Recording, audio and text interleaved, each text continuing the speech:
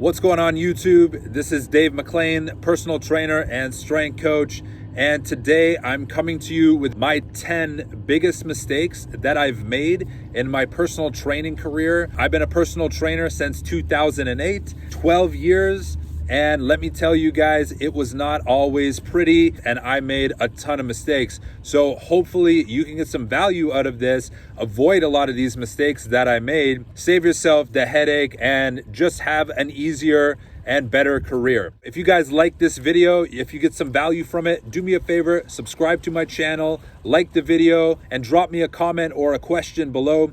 I always respond to questions and comments as best as I can. So here we go. My 10th biggest mistake that I've made in my career, not focusing on the basics of strength training with my clients. Early on when I got started, I was very much into flashy movements and exercises. I was always changing things up on my clients. One day we would be doing kettlebells. One day we would be doing barbells. One day we'd be doing conditioning. One day we'd be doing bodybuilding. And while I always gave great sessions to my clients got results and they loved the training. Looking back, I can honestly say that if I focused on strength training, getting clients stronger, helping them build muscle, the results would have been that much better. It's easy when you're starting out as a personal trainer to get caught up in all of the flash, to try and use every single tool in the gym. You want to be seen as an authority and you want to impress your clients. But I'll tell you, I can always tell a new personal trainer by how often they're changing exercises and using a bunch of different equipment in a session. Strength is the mother quality. When your clients are stronger, they're going to build muscle, they're going to burn fat, their general athleticism is going to go up, their performance is going to go up, they're going to feel better. Focus on the basics of strength training first. Get clients great at squats, deadlifts, lunges, overhead press, chin-ups, push-ups, bench press, dips, all of that basic compound movements, classic exercises that have been around since the beginning of strength training because they work. All right, guys, so mistake number 9 is not specializing soon enough. Early on, you need to work with a bunch of different clients because you need to learn how to train, what type of clients you like, what type of clients you don't like. You need to work with clients for fat loss, who want to build muscle, who want to get strong, who have mobility issues, who have injuries, all of that stuff. So I would say the first 1 to 2 years, you should be focusing on just training as many people as you can. But once you're past that, what you want to do is specialize in something. So what I specialize in is spine injury rehabilitation. I had a very serious spine injury back in 2015. It really disrupted my life for almost 3 years. I was going to chiropractors, physiotherapists, massage therapists. I was doing everything. And what got me better was a certain type of manual therapy and strength training, getting stronger and learning how to train with a spine injury. So what do I offer? What am I known for? I'm known as the guy who gets people out of pain if they have a spine injury. And guess what? There's a lot of people who have back pain. The power in specializing is that your offering to the market is going to be so clear and focused. And it's going to be very easy for you to start to get referrals organically because someone who's got back pain tends to know someone else who's got back pain. It just becomes very easy for you to grow your business based on referrals. So while you do need to train a lot of people and build your skill set as a trainer, start thinking about what do you like to offer to your clients and who are the clients that you really enjoy working with. Maybe you specialize in helping female clients after they've given birth get back into strength training. Maybe you specialize in helping men between like 30 and 50 who are dads who need to get their athletic build back and who want to unleash their alpha again. Think about what specialties do you have, develop those skills, and really narrow in your focus on becoming a specialist at something. Mistake number 8 is going to be not having a website and not ranking in the Google Maps section. I have not had a website for the majority of my career as a personal trainer. I know that sounds crazy. I've trained over 1,000 clients, and most of the time I did not have a website. How easy would it have been to create a website on Wix, in WordPress, Squarespace, any of these easy website builders, and to rank in my 1 to 2 kilometer radius of the area that I service. Now, I'm not talking about doing SEO and becoming a wizard at search engine optimization. I'm just talking about ranking for some keywords organically.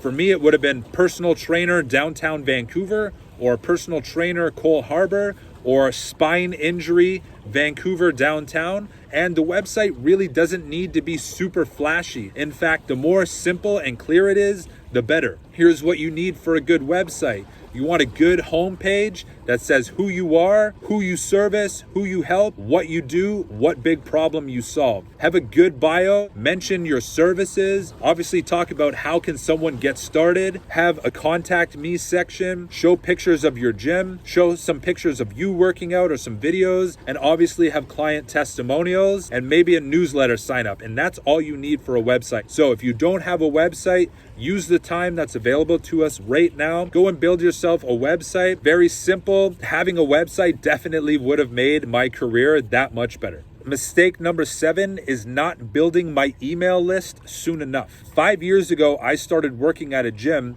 They had a couple thousand members, but they did not have personal trainers that were employees. All of the trainers that worked there were independent personal trainers. And I paid a flat monthly rate to work out of there. That is almost as good of a situation as it gets when you're working as a personal trainer, because you get access to that gym's members. So you can prospect the floor, you can go up and talk to people and help them with technique on certain exercises, and people can come up to you, which is how I got most of my clients. I have a good bio listed on the wall somewhere.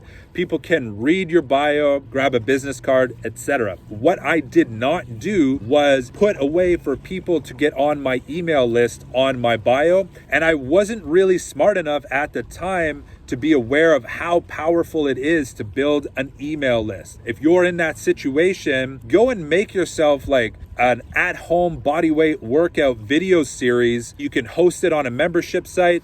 I use ClickFunnels. If you want to check out ClickFunnels and get a free 14-day trial, I'll put the link in the description below. But I use ClickFunnels to build out a membership site.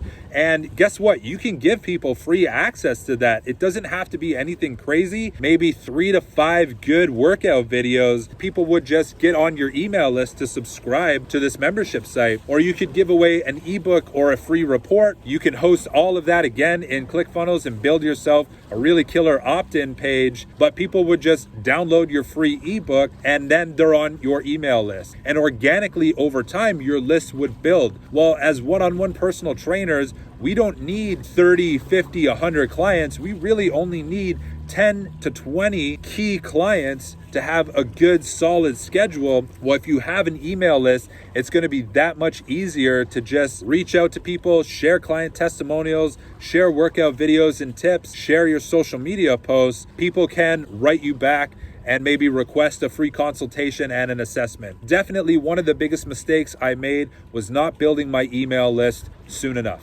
Mistake number 6, switching from 60-minute sessions over to 30-minute sessions. This is something that you do not want to do if you are a one-on-one personal trainer, and I really don't even recommend it if you are in group training, CrossFit or boot camp or group strength and conditioning. Here's why. 30 minutes is just not enough time to teach someone good mechanics, to teach them about strength training, about the program, and to build a relationship with that person. People are going to come in 5 minutes late, or they're going to need to leave 5 or 10 minutes early. And if you're only doing 30-minute sessions, a lot of the time what I found was that I was actually only training like 15 to 20 minutes, and my sessions were running into each other. I would have someone show up 5 minutes late, and that would collide with my next client. 60 minutes is the gold standard. It has always worked. It will always work. If it ain't broke, don't try and fix it. 30-minute sessions did not work for my business. And what I found, guys, was a lot of my clients were upset when I made this switch. They didn't want to pay the rates that I was asking. And unfortunately, you know what? I was heavily influenced by a particular fitness marketer whom I did learn a lot of great stuff from. I was part of his mastermind groups and I got a lot of awesome information and value out of that. But this one suggestion that he gave to switch to 30-minute sessions just did not work out well for me at all. So don't do it. Mistake number 5, using group training marketing in my one-on-one personal training business. What's very popular to do in group training, be it if you've got a boot camp or a CrossFit or a group strength and conditioning gym, is to offer like a front-end program for a discounted rate, a 21-day program or 6-week transformation challenges. And while those work extremely well in group training, they do not work well as a front-end offer in one-on-one personal training if you're trying to charge the exact same amount that these group training gyms are charging. Back in 2012, I put out to my email list a 21-day program for $77. I had 3 people sign up, and when I looked at it, I wasn't making any money during those 3 weeks that I was training these people because I had to pay a rental fee on those sessions.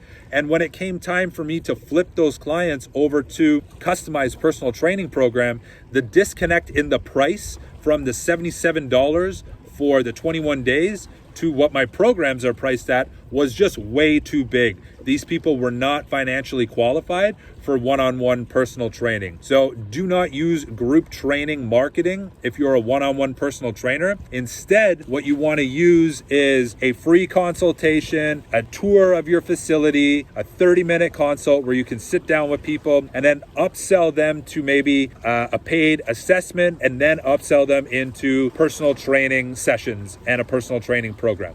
All right, guys, mistake number 4 is burning bridges along the way. So I'm not gonna lie, I've burned a lot of bridges with people throughout my career. I've just always had a problem with authority, and I've never liked working for someone else. Now, in the beginning, if you need to work for someone else, then obviously that's what you gotta do. But I would burn a lot of bridges because I would quit jobs, or I would not show up to meetings, or I would get in confrontations with people when it just really wasn't needed. What I should have done was just tone down my ego a little bit in my earlier years. I have a rule now. I always try and leave people better than when I found them. My life certainly would have been a lot easier and more comfortable if I would have done things a little bit smoother and not just created harsh situations and conflict between some of my coworkers and managers. It can come back and bite you. It has for me a few times. I've had to go back and kind of reconcile those relationships. And while I learned a lot from that experience, it just would have been a lot easier if I just didn't do that right from the beginning. This is super personal stuff for me, by the way. I'm not holding anything back, so I hope you guys appreciate that. My 3rd biggest mistake was getting involved into partnerships where I did not cover my ass legally with contracts, and getting involved in partnerships that didn't benefit me as much as it benefited the other person. Early on in my career, I got involved in an organization where I was teaching a kettlebell certification, and it was one of the best experiences of my life, but I just didn't feel good promoting this person's brand as time went on, and I felt that I was majorly taken advantage of given what I brought to the table. I also got involved in a gym that was shutting its doors down. It was a friend, and I trusted him. We operated on a handshake deal. I came in as a new partner. 8 months later, turned the gym around. We paid back all of the owed rent, and business was rocking. We were doing over $20,000 a month in revenue. We had close to 200 members in that facility. After getting in an argument with him one night, he went and cleared out our business bank account and cut me out of the business. And because I didn't have any contracts in place, there was nothing really that I could do. Be wary of getting involved into partnerships with friends. If you are going to do it, make sure that it's a mutually beneficial agreement on both sides. Make sure that that agreement is ironed out, clean and clear from the beginning, and get the contracts in place that's needed to protect you. You never know what can go wrong in business. People change, money changes people, and it can get ugly. So cover your ass. Don't get involved in partnerships unless it benefits you and the person that you're working with. The second biggest mistake that I have made in my personal training career is getting involved in network marketing and trying to get my clients involved in network marketing. If you don't know what network marketing is a company, instead of selling their products or services in stores or online, they will create a distributorship of people That's the downline. And those people have to go and sell products and services to their friends, to their family, to their coworkers. When you're in network marketing, it's expected of you to go and build your own downline, to get promoters and distributors into your organization and build a sales team. And while I will say that network marketing for me was my first gateway into entrepreneurship, and it was definitely the cheapest avenue that I found to high-level mentorship, I met a lot of great people involved in network marketing. Ultimately, for me, it destroyed my personal training business. I wanted to pursue that avenue full-time, and I actually quit personal training, gave all of my clients away to other trainers that I was friends with, and went full-time into network marketing. Network marketing is just a little bit slimy at its core. You're always trying to get people to an event, to a home party, to a meeting, get people on a phone call, trying to push a product that maybe, you're not 100% in line with, but you believe in entrepreneurship and in sales. Your clients won't like it. If you're trying to drag your clients out to an event to talk about a protein powder or some vitamins, it's just weird. I had to go and start over my personal training business again after I was involved with network marketing, and it took me about a year to build things up to the point where I was when I started network marketing. Don't get involved in network marketing. You'll save yourself a lot of hassle and a lot of trouble.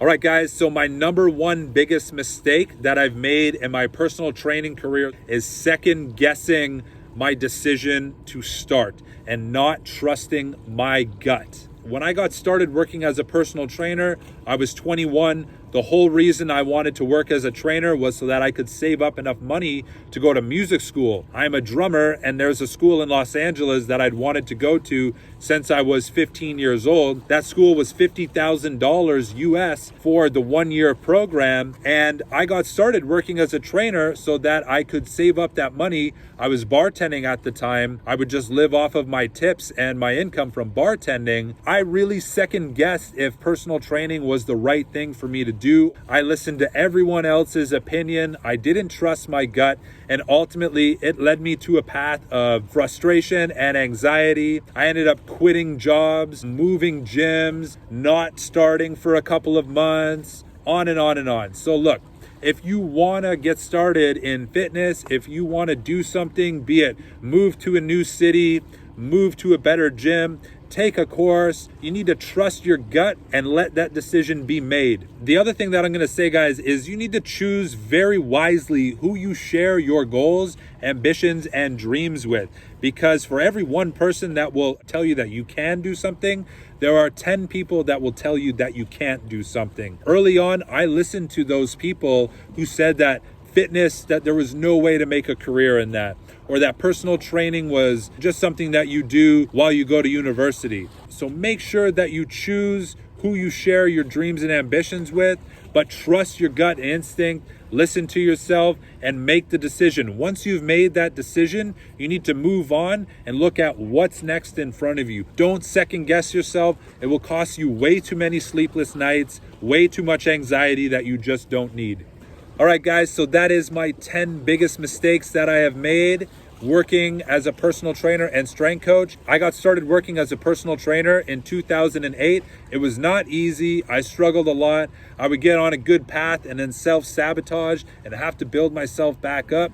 But hopefully you got some value from this video. If you did, subscribe to my channel, drop me a comment below, like the video, give it a thumbs up, and check out some of the other videos that I've got on my channel. Personal training is definitely not an easy career, but it's a fulfilling one. Hopefully you got some value and I can just help you out that much more. Check out the links below if you want to get started on a free trial for ClickFunnels, where you can build yourself a membership site, a couple of opt-in pages to build up your email list, or you can even build a website using ClickFunnels. So check it out, and I'll see you guys around in the next video.